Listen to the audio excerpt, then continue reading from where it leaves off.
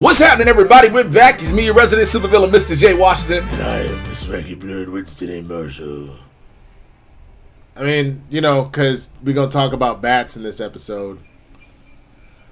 I thought you was constipated. We're here for the Season 2, Episode 2 review of Harley Quinn on the DC Universe app. And if you have not seen it yet, come on back. You should probably go watch it. It's going to be spoilers and unless stuff. Unless you want to have it get ruined for you. Because we're going to talk all about it. Like, yo, shouts out to the Riddler starting his own higher learning institute. That's what I'm talking about. Yo, we don't give these supervillains ICDC college. Like Lil Romeo. He just like Lil Romeo. I got that ICDC college. ICDC college.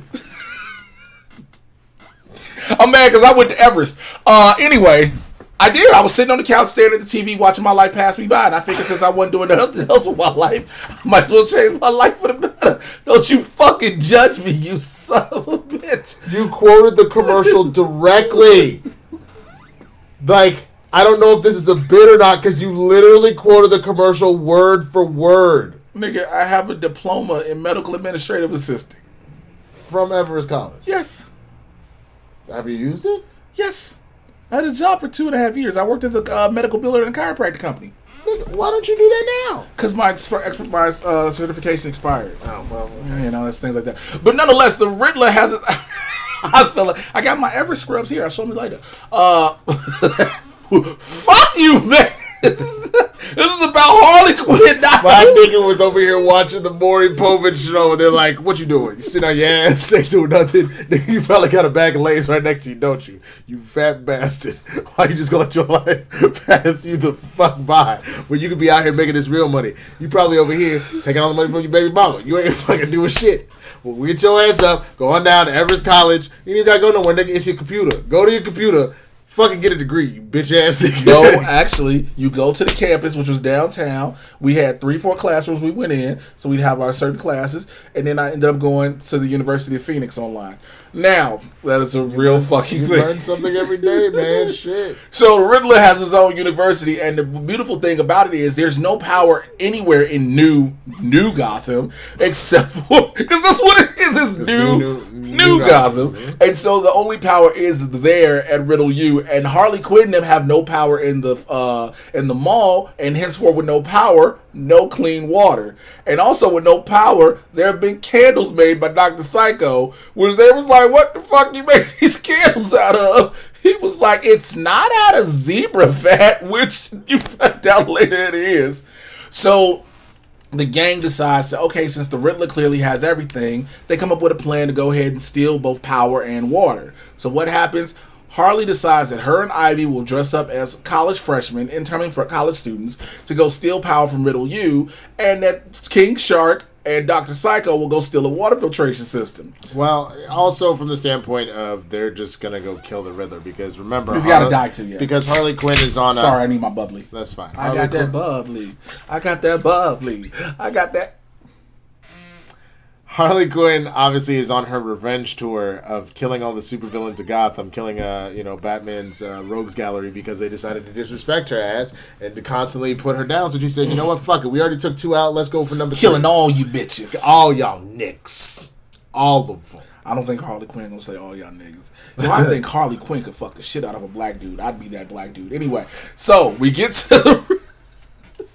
Yo, don't look like Harley Quinn can fuck like crazy. She a gymnast, dog. I mean, she is a gymnast. Think about it. You know, Harley Quinn, Jessica Rabbit. Like, I'd hit Jessica Rabbit just from the back. Look, I was trying to learn the no lyrics earlier, because Jeezy's verses are actually not bad. But I have a feeling that she straight up said to these motherfuckers, if you really want the smoke, you can pull up, you can get it. Gotta grab a handful of braids, make it nigga easy out, put on what else that's on, I might turn you easy out. Like, that's literally fucking Harley on these motherfuckers. Picture me, Cardi B, pussy poppin'. Picture me, Harley Quinn, pussy poppin' on the top. Like, so when they get there, when Harley and Ivy, who address this college stuff, fuck with me and get some money.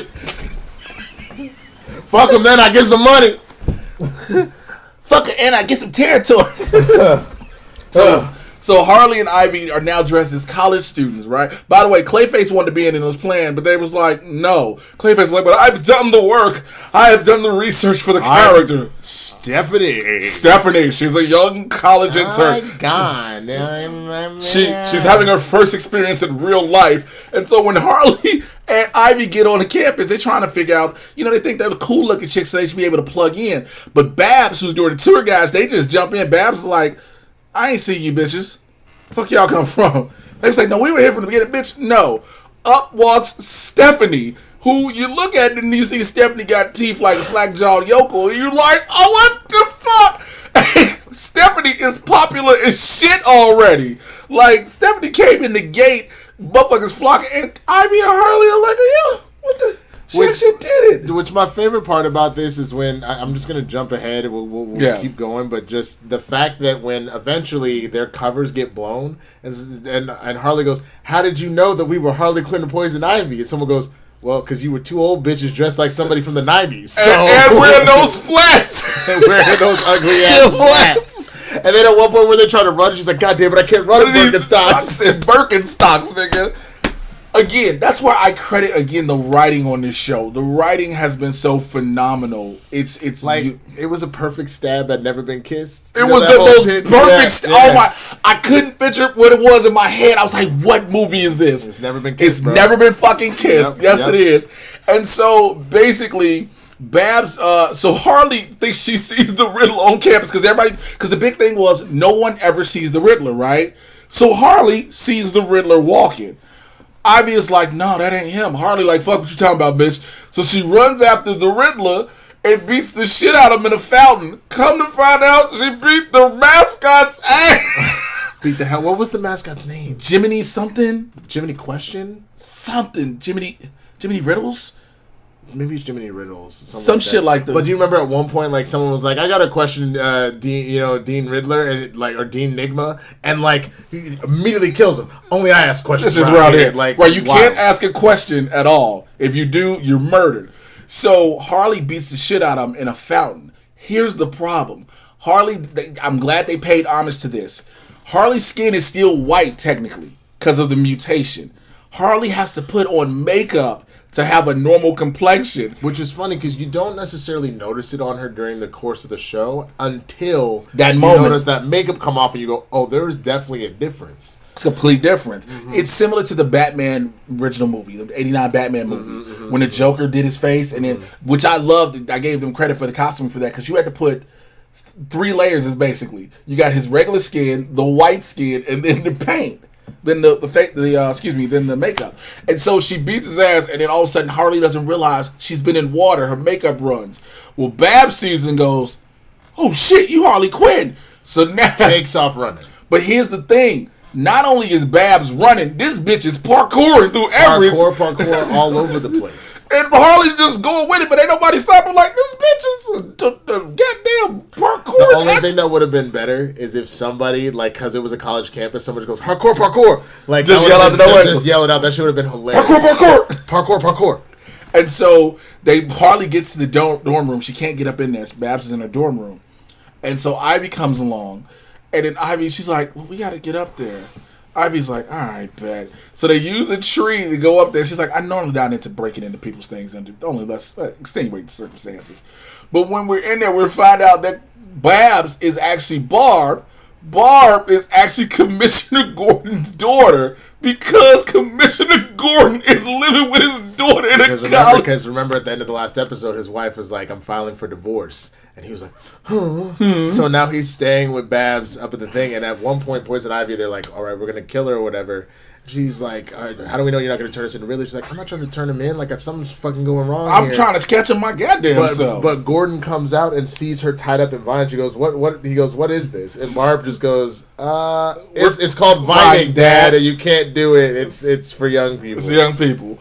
So they decide to go off and Barb, Harley, and Ivy decide to go off and figure out how to, get the Riddler. Well, Gordon comes back out the shower after having a shower beer, which I've never understood the whole point of that. Why? It's great. What's the point of just You don't need multiples. One is fine. I never understood the whole thing of a shower. I mean, are there other things you like to do with beer? You drink it. I mean, but I can't. Yeah, but when you drinking a beer, what are you normally doing? Sitting at a table or you're relaxing. Showers are relaxing. Got a sip of your beer. Like out here doing your hair, talking about shit. You know what I'm saying? It's great, especially if you pre-gaming to go out and you got to get a couple drinks in you and want to just take a hella shots before you leave. Have a beer while you showering. Have another beer while you fucking doing your hair and shit. You know what I'm saying? Like doing your skin routine. You're like the third person told me about it after I seen it. It's fire, bro. It's fire. It is the same way that when you take baths, like you see, like women like to drink a glass of wine while they're in the bath. They can drink a beer while you're in the shower. You here talking about, girl, drop it to the floor. I love the way your booty goes. So what if I'm not a shower? What if I'm not a shower dude? What if I'm not a beer dude? Can I have I've done whiskey in the shower. Would you want to take a bath and have a nice Riesling? Is that what you're trying to tell me? Is that what you want? A nice Pinot Grigio, nigga. No, a little rosé. A little rosé, bro. Little sparkling rosé. A little rosé all day. That goes up your alley. That makes sense. You know, when you're losing all this weight, nigga, this is a 2X. You see how big this shirt is? Anyway, so we find out that the Riddler more than likely will be at this big party that's happening tonight. And you have to have these wristbands to get in. And so, go ahead. I was going to say, well, while that's happening, let's not forget about the B story that's going on here. Yeah. You got Dr. Psycho and King Shark on the mission to go find the water purifier. So they have to go into Two-Face territory to find it. They end up running into what they think is cops, but it turns out to be Two-Face's boys. And they're like, there's this whole thing about like, well, why do they call the Tommy gun a typewriter? It's like, because when King Shark, who, a matter of fact, for some reason, is on top of a fucking camel, which we need to establish. What the fuck is a camel? Well, remember, they had all those animals at the mall, so he decided to ride a motherfucking camel, bro. Like, all the zebras are dead. So, because when we find out later, the zebras are being used to make candles. So, while King Shark is giving the explanation of what a Tommy gun is, they shoot the fuck out the camel. Poor camel, bro. Peter probably hates this show. I'm gonna be real. Peter probably hates this show. Including, remember when they were fucking with Aquaman, they just fucking destroyed the tank on the fish. This was not one of those. Peter hates this show, and they're animated animals, bruh. So, they find a King Shark and Dr. Psycho find a car, and then you can hear them arguing. Dr. Psycho's like, well, I can't shoot the gun that's on the top, and you don't fit on the inside. Like, so they make a compromise and make a fucking death car. And when they're killing and shooting people, they spike the shit out of one of Two-Face's guys. And if they drive, they still leave this motherfucker on the spike who is still alive, though. Which is why at a certain point they end up leaving Two-Face territory, end up in Bane territory. And the Two-Face dude was like, they were like, oh, they left because they're scared of us. He's like, nah, because it's Bane territory. That's why. They're like, what, the Bane boys? We ain't scared of no Bane boys. So they come up on the Bane boys. The Bane boys do some shit like, this is a death car. We ain't worried about you. So they stick themselves with venom and break that car up. They're like, oh, fuck. Oh, fuck. That's the last thing we see of them for the rest of the episode. So you pretty much assume that King Shark and Dr. Psycho are dead. They're about to get fucking murked. That's what you assume. So go back. The party, they talk about Harley, then find out about the party. They see Stephanie. And they're like, yeah, we're going to get into this party and sneak in. We got wristbands. And Stephanie's like, I do too. VIP. And they're like, bitch, how you get VIP? It's perks to being Chad's girlfriend. So they go in the party, they see what a VIP area is, and they see people that have been going in but have not been coming out. So Harley's like, yo, we can just fuck dude. She tries to flirt with dude, and dude ain't going. So she's like, look at Ivy, like, we can just fuck this dude up and get in. She's like, no, we can't make a scene.